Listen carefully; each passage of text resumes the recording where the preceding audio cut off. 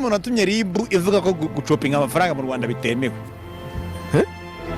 mu bukwe bwa debeni bwa mbere yego bro ngo wafashe miliyoni arigeze ari zingahe eshatu cash ugenda ucopinga kuri debeni ujya baravuze kuzishira hasi kuzimena hasi nyine ntabwo byemewe biriya bintu ntabwo byemewe yego ariko naranabisabiye imbabazi narabisabiye imbabazi wazisabye n'imbabazi ribu nabisabye mu ruhame uwavuga ko muri make arimo kuruguru igihugu cy'u Rwanda ndetse n'aba content creator bayituye ntiyaba yibeshye cyane uyu bamwita Prophet Joshua ni umuherwe umwe tuzi mu bakire gusa byo agaragara nk'umwiyemezi cyane aho bagiye bamubaza ibibazo byinshi bitandukanye avuga ko ari umuherwe ahubwo atari umukire. Ese uyu mugabo ni muntu nyabaki? uri umukire?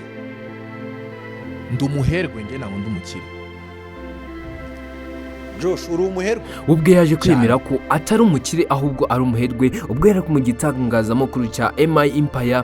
Uyu mugabo tuzi ku izina rya Prophet Joshua ufite ubwenegihugu bwa Congo Brazzaville cyangwa tubyite Congo Kinshasa. Icyo tuzi ni kimwe yuko aturuka muri DRC. N'umugabo waje kuba yarongora umugore w'umunyarwanda urimo kumara igihe kinini hano mu gihugu cy'u Rwanda, ariko abantu benshi batangiye kwibaza ni ese uyu mugabo yaba akora iki? Ese uyu mugabo ni muntu ki hano mu gihugu cy'u Rwanda aho yaje kuba yazana umugore w'umunyarwanda? Gusa byo hagiye hagaragara ibintu byinshi cyane ubwo yaje kuba yakubitidwa mu kabari aho ibintu byagiye bigaragaramo ibintu byinshi cyane ubwo yagiye bamuvugaho ko ubwe ari umuntu utagira umutima ndetse wiyemera cyane aho yaje ko yanagira amafaranga asaga miliyoni eshatu ku musore wacu cyangwa umuhanzi wacu tuzi kuzina rya debeni mu bukwe bwe ndetse n'umugore we Pamela. Yaje ko yabatakazaho amafaranga menshi cyane. Ese uribaza avugwaho ibiki? Aho yaje ko yatakaza amafaranga menshi cyane, yaje ko yanagarukwaho na Kasuku we turamuzi, nta muntu ajya ahereza. Yaje kuba yavuga ati uyu ni ikigarasha kigendera cyahunze igihugu cyabo. Ibaze kugira ngo umuntu w'umugabo, umuntu w'umusore cyangwa tumwite umugabo kuko ari RYE afate miliyoni eshatu aziterere hasi. Gusa byo ibi yaje kuba yabifungirwa azira gutesha amafaranga y'igihugu agaciro, akuyatesha agaciro. Ariko nakubwira ko ibyo arimo gukora ubu ngubu byo birenze kuba yafata amafaranga akayata hasi, kuko arimo araroga urubyiruko mu buryo bukomeye cyane, aho arimo ababwira ko arimo kubaha amafaranga nyamara si buri umwe, ahubwo arimo kuba yaha amafaranga abantu bazwi bakurikiranwa cyane. Ese uribaza kakajwe yaje kuba yabikora iki? Reka mwireke wiyumvire. ATM machine World Remit ni ndambi Western Union. Mama yangu Hano muri Amerika izo ntabwo zihaba, ariko haba iyo bita Cash App, ubwo ni na Mr Cash App na Zelle na PayPal kire. Ubu gahunda ya vuga Prophet munyarwanda nanjye yangezeho. Inka yapfuye ntabwo utayiryaho, ntugakire n'amafaranga. Pesa ni pesa ko mambuzi.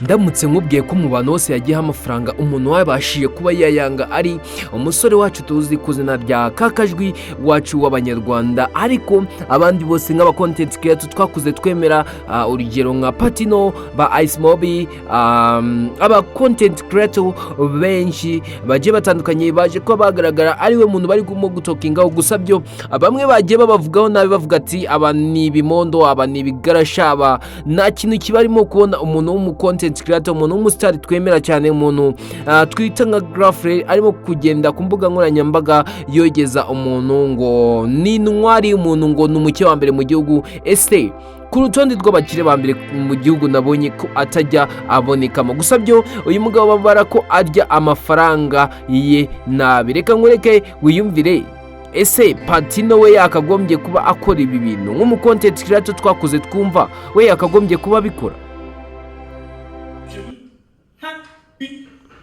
umuntu bita Kevin Kadera agiye mwabonye kuba mujugunya agafaranga utagiraga mu mayero angana n'ibihumbi bitatu, kandi umujere ntabwo yari yabipanze.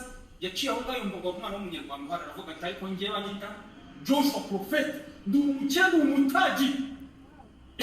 ibyo bidahagije aba bose bavugwa nk'abasabirizi ndetse abantu batanyurwa no kuba ndetse barimo kuba basebya izi mbuga nkoranyambaga cyane, aho nakubwira ngo abo bantu bagaragara mu bintu bigiye bitandukanye, aho twakwita ko barimo gusebya izi mbuga nkoranyambaga dukoresha cyane, berekana ko n'amafaranga arimo, nyamara kwerekana nk'umunyantege nkeya, kwerekana nk'umusabirizi sibyo bikugira intwari, ahubwo bigutesha agaciro muri abo bantu urimo gusabiriza. Bakubahaga nk'umuntu w'intwari ariko batangira kugufata nk'umuntu uciritse. Ari benshi bagiye babitera agati mu ryinyo bakavuga ati navuga uvuye aho, ibyo uri kuvuga ngo uri master mind, kuki kugura iPhone 17 byakuguraniye ukaba ugitunze iPhone 16? Ese uyu mugabo arimo arabivuga iki? Wowe tuzi nka uyu mugabo wacu twamwita ngo Joshua ari umuntu urimo kuba yatakaza amafaranga menshi cyane, gusa byo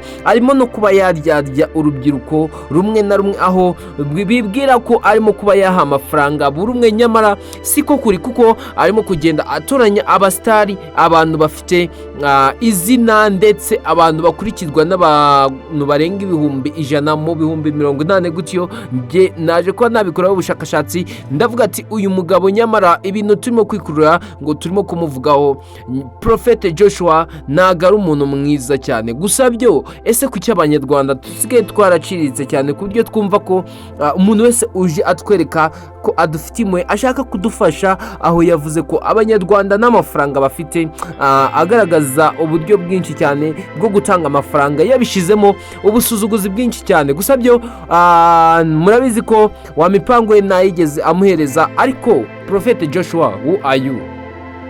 Waturutse muri Kongo uza mu Rwanda, gusa byo ntabwo abantu benshi bakuzi, ntabwo abantu benshi bazi who are you, urinde, amafaranga ukoresha uyakura hehe. Abantu benshi tuzi ko ugura ibibanza, gusa byo ntabwo waba ukoreye business gusa ngo ubutakaza amafaranga mu buryo butumvikana, mu buryo butizewe. Uyu mugabo twamwita nkaho ari sekibi mu baturage, aho anywa inzoga ihenze cyane, aho anywa inzoga zihenze cyane. Ntabwo ari ba bantu bagenda ngo banywe inzoga ziciriritse, aho bavuga ko burya niba uri urubyiruko kora cyane, aho kugira urye kano kanya, ahubwo kora cyane uzigamire ejo hazaza hawe, uzigamire umuryango wawe, kuko abantu benshi tuba dutegereje kuzagira umuryango mwiza ejo hazaza. Gusa byo uyu mugabo Prophet Joshua we ndatekereza ko we atari uko abibara, kuko we abara ko isi ya none ariyo si ya nyayo, yizera ko amafaranga afite ashobora kuzayarya mpaka asaje akagira n'imyaka ibihumbi n'ibihumbi. Gusa byo n'amafaranga afite ahagije, amafaranga yose ni make wayamara ku buryo ki, aho bigaragara ko yagiye avuga ko uburyo aspendingamo amafaranga cyangwa uburyo atakazamo amafaranga n'umuco w'abakongomani. Ese koko gutakaza cyangwa guterera agati mu ryinyo ugatakaza amafaranga muri ubu buryo ni umuco cyangwa ubuntu kuryarya abaturage, aho abantu benshi bagiye babikoraho cyane? Si Patino ndetse na Ice Mobi gusa, hariho aba content creator benshi, aba Nikita Patino, abavandimwe ba Patino, bose bagiye bamutokingaho bavuga ngo singizwa. Ibaze umuntu umugabo usingiza mugenzi we kugira ngo abashe kuba yaronka amafaranga, ni ikibazo gikomeye cyane. Gusa byo iki kibazo kigiye kuba kigwaho n'abantu benshi cyane, iki kibazo cyo kuba yaroga abaturage. Ese ashaka kuba yafata igihugu mu baturage, yizeremo ko abizeze ko ari we mukire wa mbere. Abastari batangiye kuba babihakana, bakavuga ati Bruce Melody nande bose ntacyo bavuze, ahubwo umuntu ugezweho ni Prophet Joshua, aho n'abakire twe twizera nk'abambere dufata nk'intwari z'igihugu, nk'abakire bizewe mu gihugu, nabo batangiye kuba baturwa hasi mu izina ryabo. Ariko uko byagenda kose umuntu ukurusha amafaranga aba ayakurusha, aho bavuga ko afite akayabo karenga miliyari 2 z'amafaranga y'u Rwanda. N'amafaranga menshi cyane. Muri Kigali abantu baba mu batunze ayo mafaranga ni mbadwa, miliyari 2 zirimo kurenga. Gusa byo mumbabare gatoya, Kasuku niwe muntu wabashije kuba yamuhangara aramwemeza. Reka nkwereke wiyumvire. Kongo hose nange nta kibazo nugaruka mu Rwanda ibyo byishimo byawe urumva rwose ugendere kuri gahunda z'igihugu cyacu cy'u Rwanda wowe Kasuku ubivuga nkande wowe ubivuga nkande njye nibona mubwira kuko jama we wanabanje kumukorekinga mu munsi wa mbere y'ibibona